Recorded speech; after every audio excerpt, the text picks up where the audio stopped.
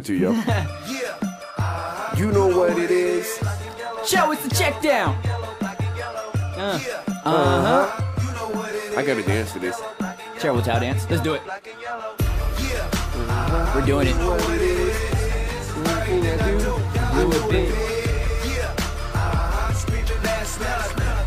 We need terrible towels. I want it on Check my down mic. towels. Next show, I want a terrible towel on my mic. What's Swag Stat Boy? money. Swag money. Stat Boy, I want a terrible towel on my mic next show.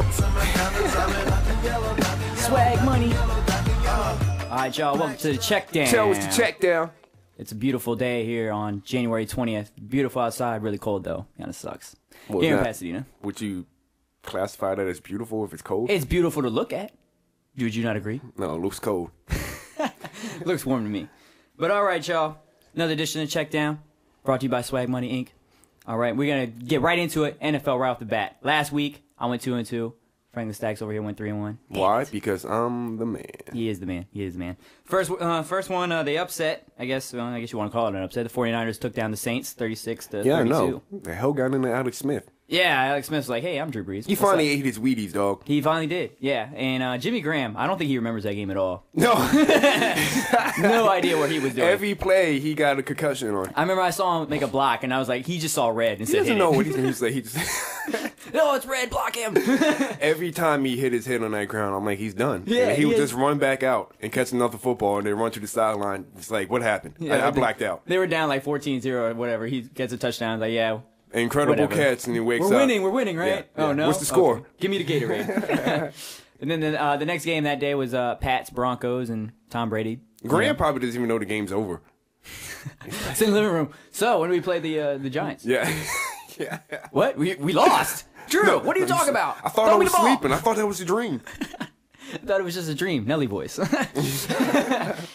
right, well, the Pats took down Tebow and the Broncos 45-10. Not really that surprised. I said 45-20, so I guess I overestimated. I don't know what the I Broncos. said, but that's, yeah. You thought it'd be a little bit closer to start. I thought the Broncos would put up a fight, but... Yeah, I know, because they slapped us around and they went in with Yeah. New England did nothing. And then found out that Tebow had a bruised lung and, I don't care about any of that. Any injury a player gets like a week afterwards, I'm like, whatever, man.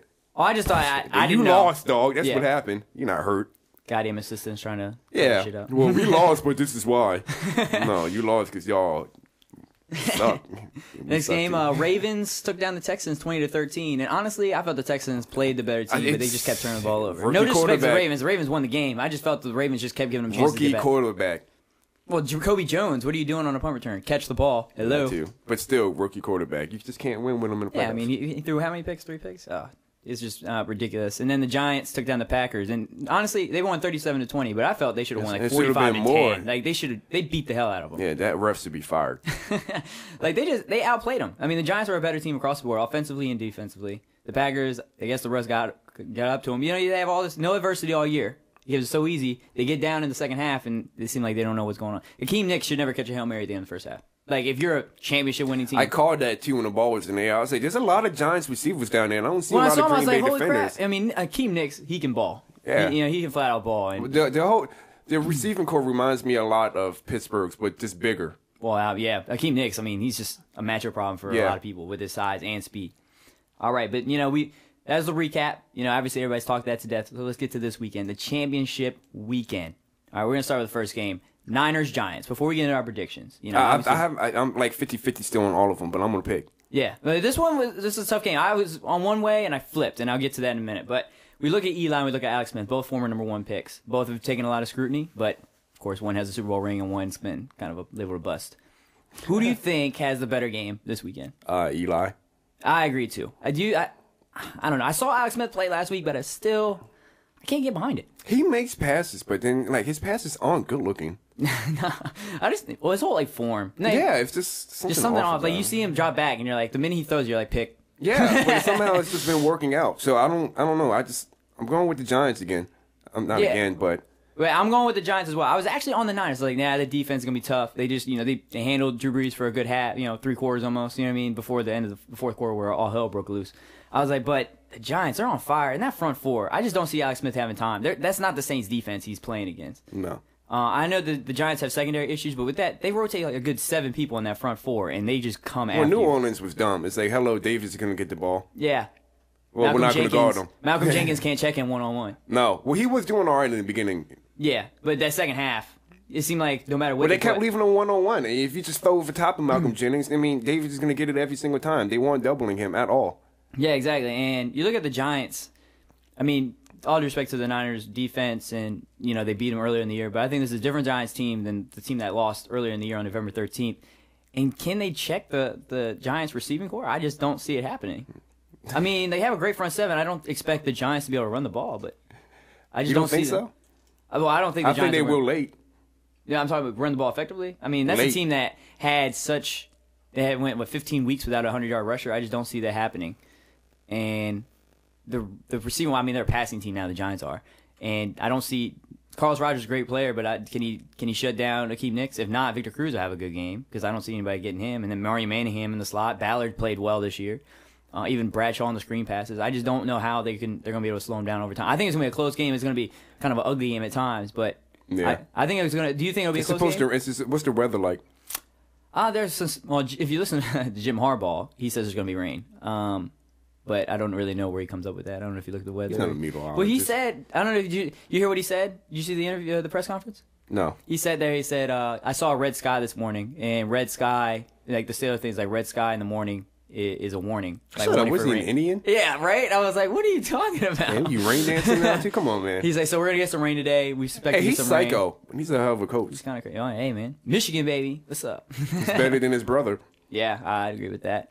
But for me, I'm going with Giants 24-23. I think Eli wins. That was my score, yo. Really? Yeah. Wow, I said Eli throws a game-winning touchdown like in less than a minute. That was exactly my score. I was going to say that, so I guess we're the same on that. Wow, we are.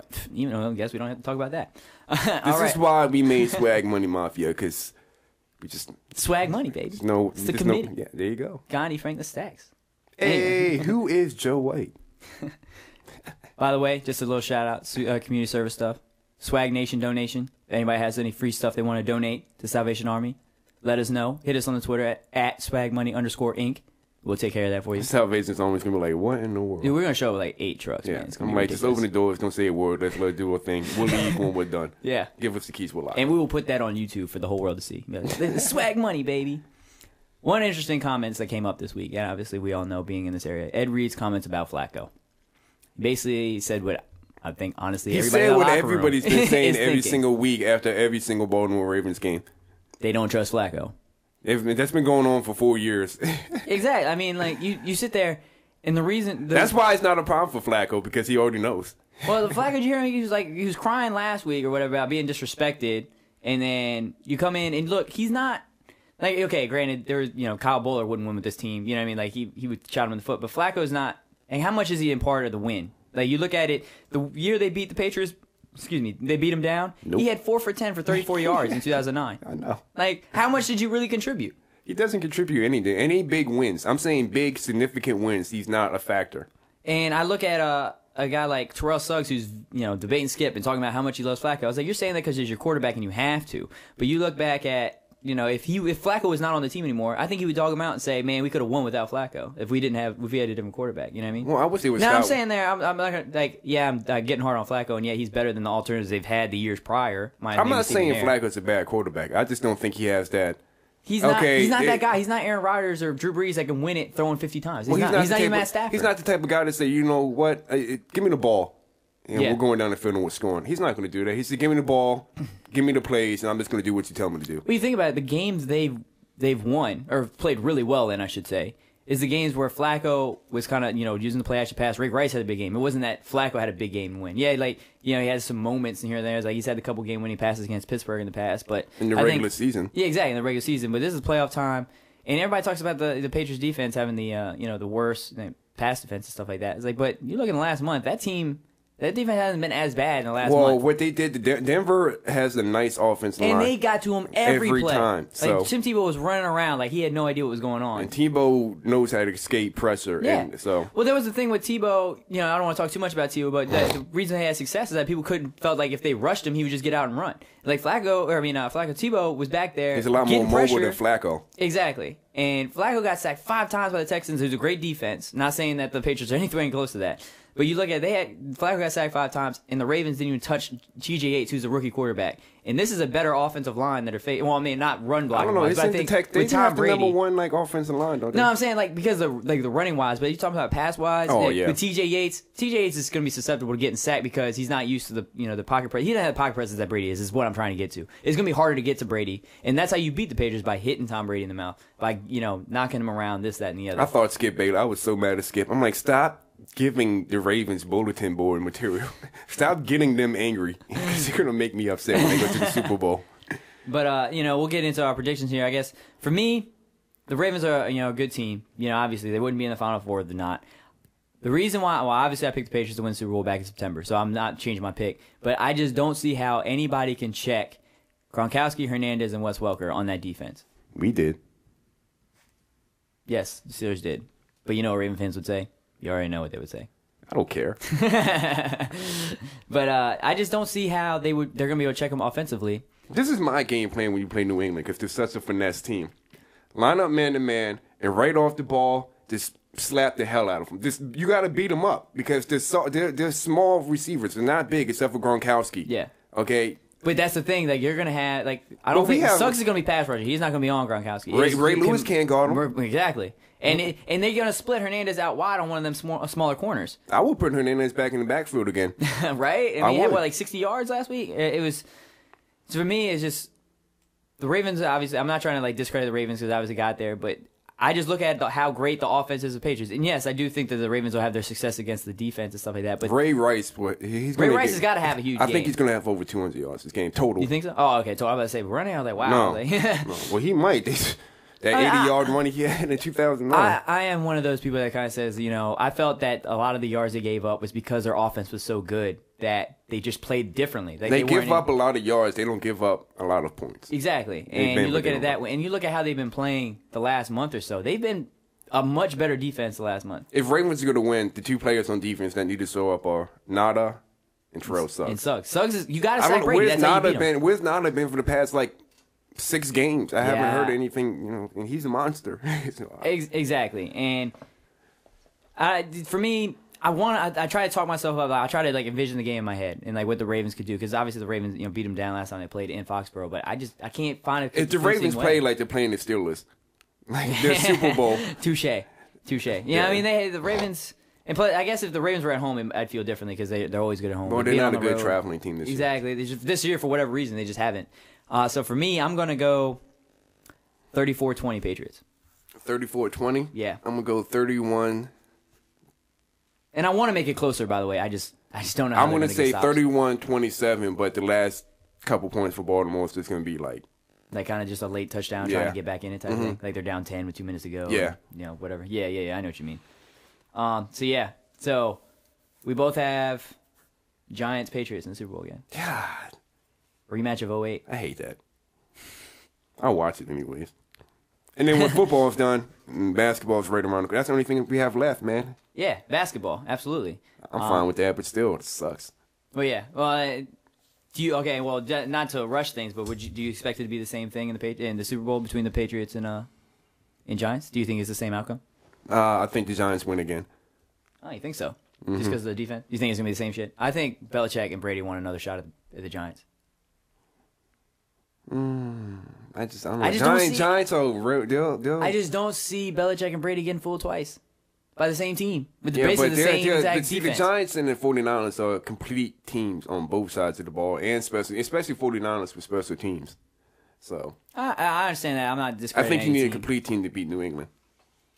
Yeah, it's hard for me to bet against Belichick and Brady a second time. You know what I mean? I understand the one time he's 18-0 and stuff like that. It's just Belichick's I have so much respect for him. Maybe that's just the nostalgia of it, how their success. I'm like, well, you can't do it twice.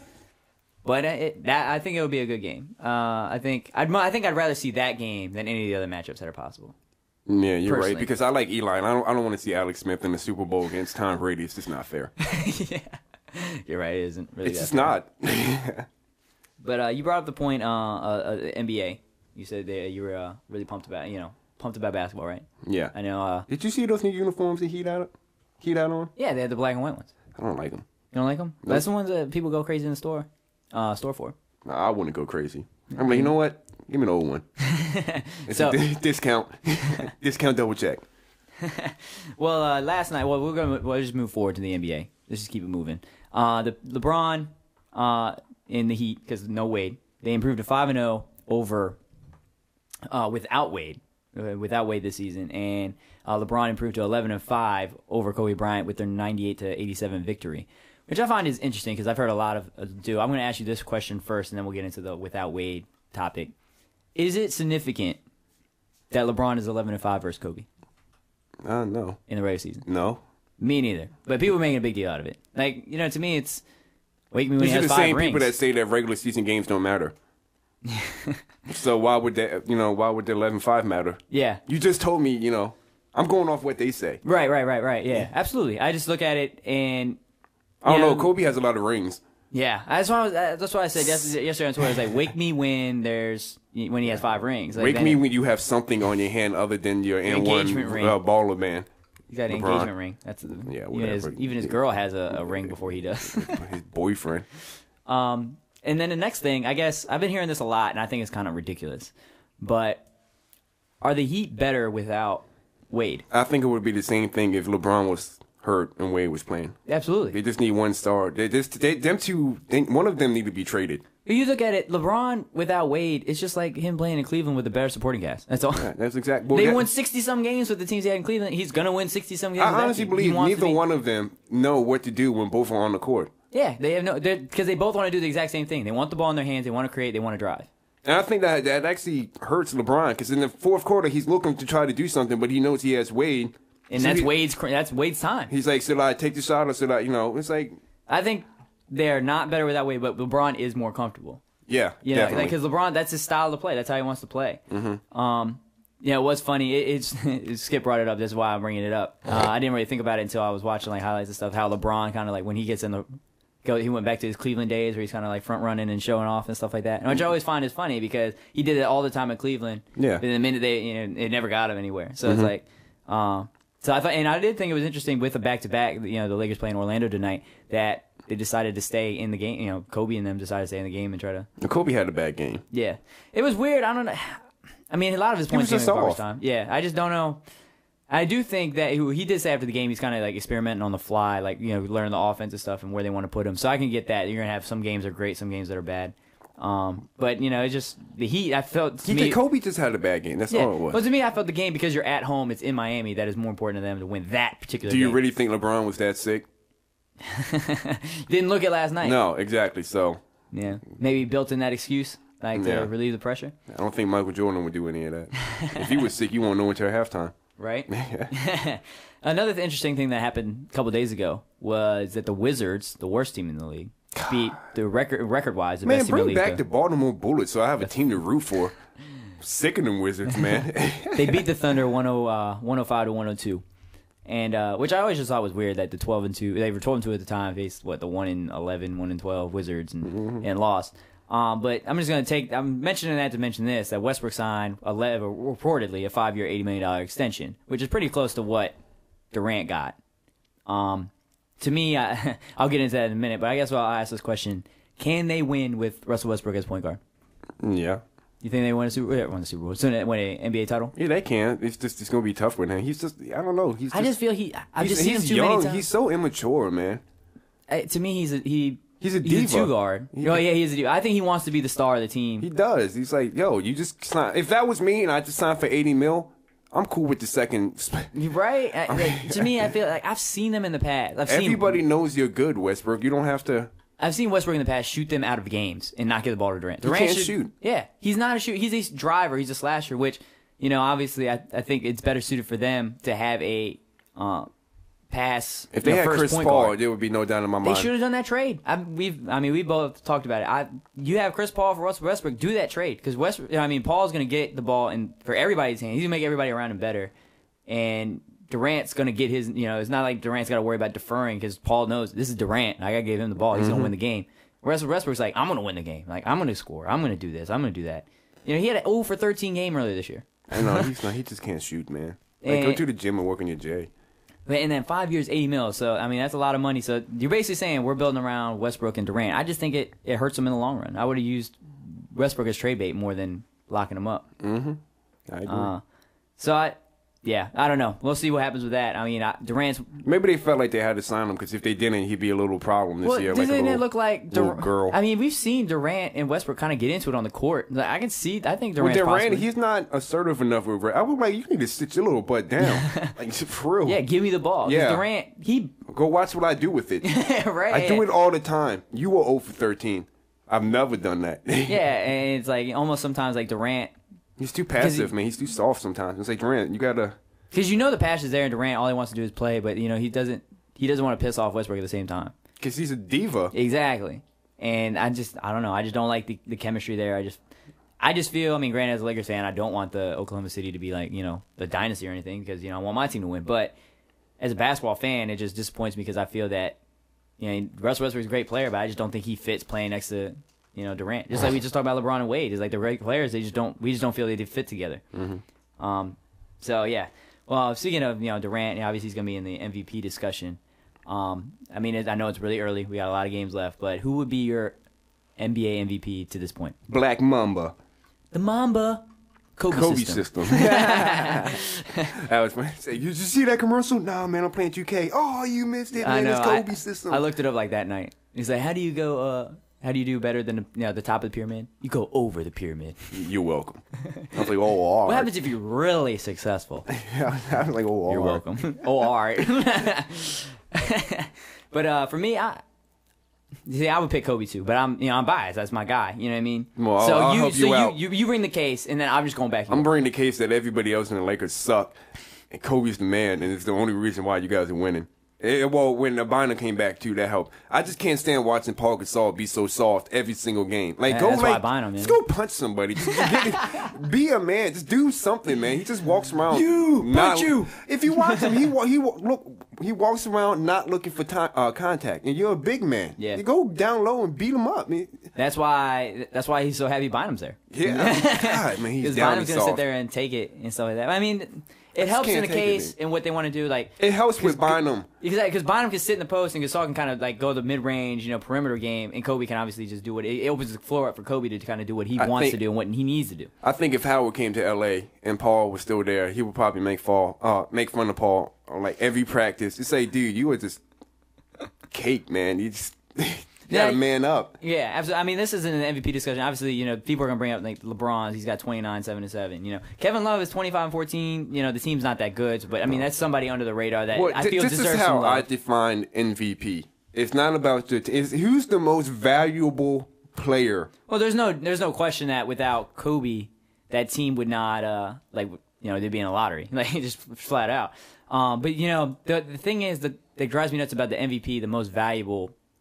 Term is like, sometimes it goes to the best player on the best team, yada, yada, yada. It's like, to me, I feel it should be like player of the year award. Because like the most valuable, you look at, NFL, Peyton Manning should be it. Obviously, they went from a 10-win team to a 2-win team, but he didn't play it down, so that's not really, that's I don't want to say that else. because, even if Peyton did play, you don't know how they would have done. Exactly. They still could have won like 3 games. Yeah. I'd like to think they wouldn't, but you're right. I got a good example. A couple years ago, before the big trade, is when LeBron was on Cleveland and Dwayne, they were both balling. And they gave the MVP to LeBron. And Wade got that team to a 4 seed, and they got fucking after the season last year when they won 16 games or something. Yeah. No, he's the most valuable player, not the best player on the best team because they have the most depth. Obviously, he's going to get numbers, man. Exactly, and it's such a vague term because you can use it in so many situations. I would put Chris Paul up there too. Like what was it? The year that Kobe averaged 35 points a game, the year he scored 81 and all that.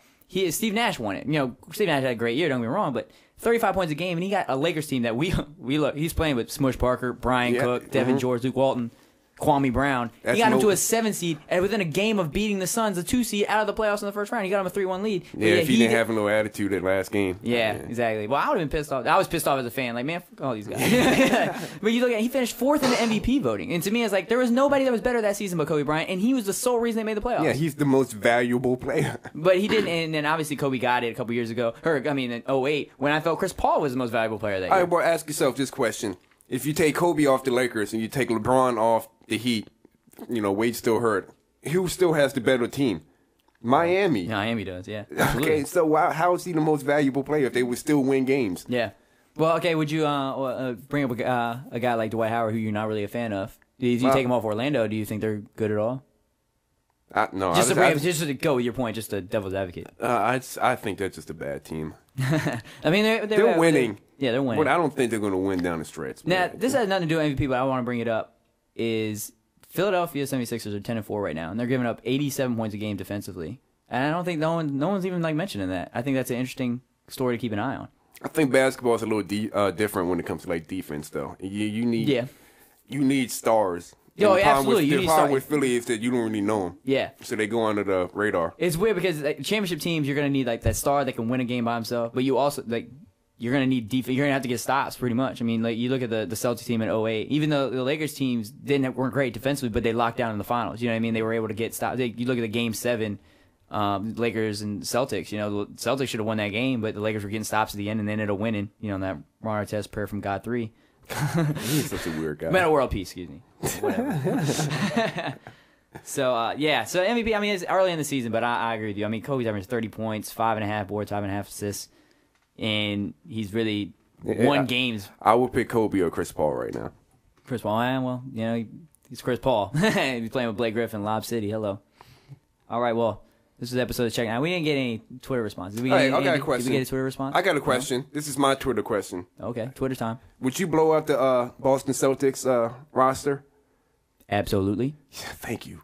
They're 5-8. Kevin Garnett needs to retire. Garnett shouldn't have came back Paul this year. Pierce needs to go on Weight Watchers with Charles Barkley. Ray Allen should be in Chicago playing with Derrick Rose. Exactly. If he went there, they would have got a ring. Oh, they would have won a ring, yeah. And you look at what's the I like when they try to trade Rondo, but then they go through. Yeah, but they're like, no, we didn't want to Rondo. trade Rondo. No, yes, you did want to trade Rondo. And Rondo's a diva too, so he's gonna be pissed off all year. But he has been balling. Yeah, he has. I mean, he's their best player right now. He's their best player, and Hey, Kevin Garnett's done. You're done. Yeah, he's done. And Paul Pierce, you've been done for four years. Stop going to the right side of the free throw line and shooting. Hey, Paul Pierce, how's your knee? Yeah, I'm still pissed off about 08 when he went off on a fucking wheelchair and then came back 2 minutes later and dropped 5 threes. He's always overweight and just sloppy. Most unathletic, this is star a player ever. Paul Pierce joint. I'm taking down my fat head of Paul Pierce and I'm throwing it in the trash can. All right, y'all. Well, this is another episode of the Check Down. Like I said, Swag Nation, Donation, everybody. We need all your support. We appreciate all the support we're getting. It's overwhelming right now. We can't tell you how much it means to us and how much it's going to mean to the people we're giving back to. Any, clothes, hats, pants, shoes, anything you don't have, ask your parents, ask your neighbors, ask your coworkers, everybody. Because, if you're not using it, somebody else can. You got to think about, giving back to everybody. It's a great cause. Is this going to be a monthly thing? We're going to be doing events all the time, but this is the first event. We want you to be on, hop on the bandwagon now, so you can be there from the beginning. Help us out. Be part of something special. Like us on Facebook, at Swag Money Inc. is the URL. Follow us on Twitter, at SwagMoney_Inc. We all have our own. You can find them on there, at Swag Money Gandhi, Swag Money Stacks, Swag Money Goose, Swag Money D School. With a Everybody. K. Yeah, with a K, sorry. D school. So shout out to everybody that's helping out. Shout out to everybody's moms. Shout out to everybody's moms. Download the mixtape Control Chaos. Grandmothers. We're over 830 downloads. Mo's gonna buy me dinner. Let's do it, baby. It's Control Chaos. It's Swag Money Inc. It's Swag Nation Donation. It's the Check Down. Them niggas scared of it, but them hoes ain't. Hey, what the fuck, Stat Boy? We agreed this shit was going to be G-rated. What the fuck is my latte at, too? I'm still waiting. Damn interns nowadays, man. Where'd you find him at, man? Put the song back on. Let's get Swag it. Nation Donations were Them hoes face. Hit the pedal once, make the floor shake. Sway inside, my engine roaring. It's the big boy, you know what I paid for it. And I got the pedal to the metal. Got you niggas checking game, I'm ballin'.